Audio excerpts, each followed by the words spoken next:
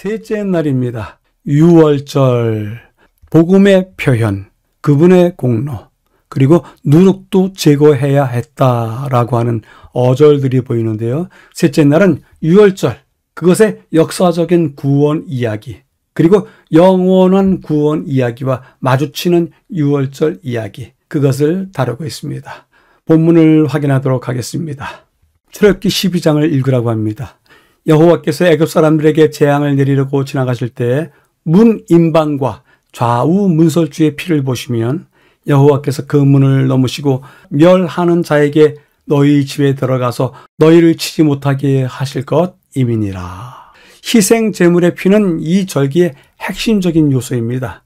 이 축제에 참여한 사람들은 죽인 어린 양의 피를 자기 집 문설주에 발랐습니다. 이를 통해서 그들은 하나님에 대한 믿음을 나타냈고 피로 덮이지 않은 자들이 겪게 될 재앙으로부터 하나님이 그들을 구해 주실 것을 믿었습니다. 이 얼마나 강력한 복음의 표현입니까? 유월절은 세상 죄를 지고 가는 하나님의 어린 양이신 예수 그리스도를 가리키기 때문에 흠이 없어야 했습니다. 또한 동물의 피는 중요한 역할을 했습니다. 그것은 보호해 주심의 상징으로서 죽음의 때에 주신 생명의 상징이기도 했습니다. 때문에 하시는 말씀이 그 피가 너희가 사는 집에 있어서 너희를 위하여 표적이 될지라. 내가 피를 볼 때 너희를 넘어가리니 재앙이 너희에게 내려 멸하지 아니하리라 했습니다. 가운데 부분을 위해서요. 복음 전체가 유월절을 기념하는 것과 연관되어 있습니다. 그것은 노예 상태에서 해방되어 약속의 땅으로 가는 것뿐만 아니라 우리의 죄를 위한 예수 그리스도의 희생과 그분의 피로 덮인 모든 사람에게 적용되는 그분의 공로를 가리키기 때문입니다. 오랜 시간 후에 바울은 이렇게 이 절기를 되돌아보면서 기록했습니다. 너희는 누룩 없는 자인데 새 덩어리가 되기 위하여 묵은 누룩을 내버리라. 우리의 유월절 양 곧 그리스도께서 희생되셨느니라. 이 말의 뜻은 이제 그리스도의 희생으로 인해서 너희가 누룩 없는 자가 되었다. 이제 새 덩어리가 되기 위해서 너희 안에 있는 묵은 누룩을 내버리라 라고 하는 의미입니다. 이제 마지막 부분에서는요. 효모 또는 누룩은 다양한 종류의 반죽을 준비하는 데 사용되었습니다. 성경은 이스라엘 백성들이 애굽을 떠나기 전날 무교병을 준비하는 것과 관련해서 누룩을 처음 언급합니다. 집에 있는 누룩 다 제거해야 했습니다. 특정한 맥락에서 이 누룩은 죄의 상징이었기 때문에 유월절 축제 기간인 일주일 동안 누룩을 사용해서는 안 되었습니다. 무교병은 우리를 위해서 모든 유혹을 이겨내고 생명을 주신 죄 없으신 메시아의 상징입니다. 피에 적신 우슬초 한 묶음은 하나님의 정결하게 한 은혜를 또한 상징합니다. 요컨대 유월절의 모든 것은 예수님의 구속하시는 역사를 나타내는 상징으로 채워져 있습니다. 교훈은 다음과 같이 이야기합니다. 그들이 애굽에서 종로로 타던 마지막 밤 구원받을 아무런 징조도 보이지 않을 때 하나님께서는 그들에게 임박한 해방을 위해 준비하도록 명령하셨다. 하나님께서는 바로에게 애굽의 최후의 형벌이 내리게 될 것을 경고하시는 동시에 히브리 사람들에게는 그들의 가족들을 그들의 집에 모으도록 지시하셨다.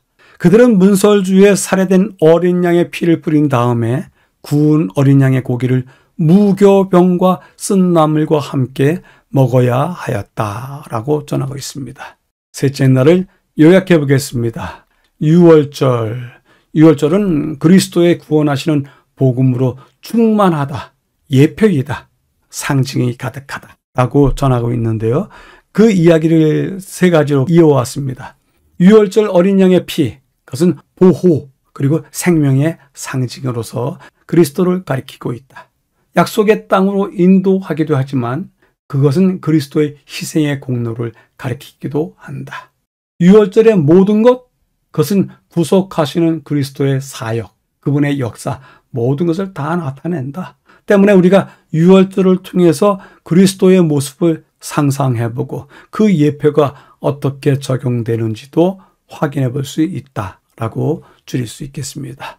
질문해 봅니다. 삶의 어둠에서 넘어가 구원받은 유월, 넘어간다는 뜻이죠. 넘어가 구원받는 경험이 있었습니까? 우리도 우리 삶의 유월절의 경험을 해본 적이 있으신지 여쭤보게 됩니다. 한두 가지 교훈을 보충해 보겠습니다. 둘째 날에 이야기했던 문설주의 피를 바르는 일에 대해서 다시 한번 생각해 보는데요.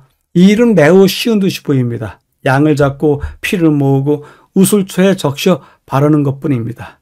그런데 그날의 극적인 사건은 비록 마음의 구원의 확신이 서지 않았기에 애굽인과 동일한 두려움을 느꼈을지라도 문설주의 피를 바른 후 죽음이 넘어가는 구원의 과정을 지켜보는 것이었습니다.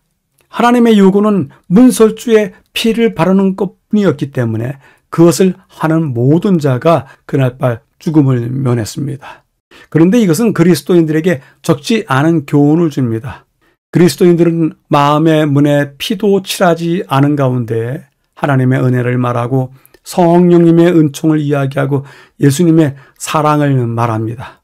피 칠함도 없이 입으로 선해진 듯 의인이 된 듯하여 돌이킬 수 없는 더 큰 재앙을 겪게 되지는 않는가 하는 생각이 제 자신을 볼 때에도 들게 됩니다. 무엇보다 먼저 되어야 하는 일은 마음의 문설주에 피를 칠하는 겸비함이 있어야 할 듯합니다. 양을 잡고 피를 받아내고 우슬초에 묻히며 문설주에 피를 칠하는 각 과정마다 마음은 한없이 무너지고 한 인간으로서의 욕망과 선함에 대한 자긍심은 깨져버려야 하나 그럴 때마다 구원은 더욱 빛나여야 하리라 생각이 듭니다. 또 한 가지를 보충해 보도록 하겠습니다. 유월절은 그리스도를 통한 구속의 완전한 상징이고 그리스도의 생애 속에 드러난 사역의 상징이 된다고 본문이 말하는데요.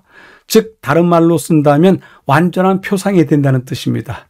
이의 표상과 실체가 어떻게 만나는지 본문이 여러 가지로 이것은 이것의 상징이다 라면서 말하였기에 이곳에서는 짧게 다른 한 면만 살펴보도록 하겠습니다. 출애굽이라고 하는 단어는 엑소도스라고 합니다.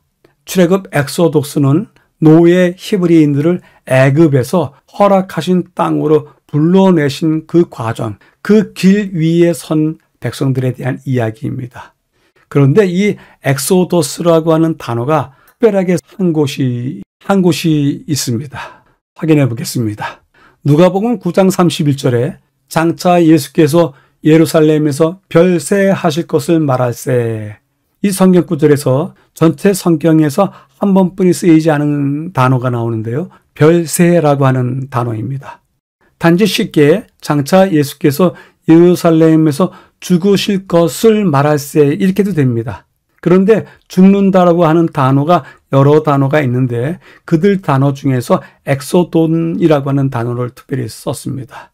이 엑소돈, 즉 별세라고 하는 단어는 엑소도스의 목적격입니다. 결국 별세, 그것을 엑소도스로 사용한 까닭이 있습니다.